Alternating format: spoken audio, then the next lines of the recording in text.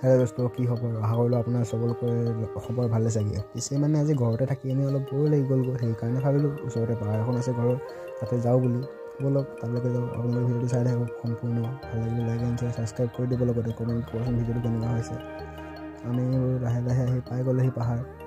চাওক পাহাৰৰ ভিউটো কি ধুনীয়া লাগিছিলে, হয়নে বাৰু? পিছে কিন্তু আহোঁতে বহুত কষ্ট হৈছে দেই। চাওকচোন বাৰু পাহাৰত কেনেকৈ উঠিবলগীয়া হৈছে, যেন শিল বগাই বগাই, নহয়নে বাৰু? এবাৰ যদি এবাৰ পৰিবলগীয়া হয় ন, হাত ভৰি ভাঙি যাব কিন্তু।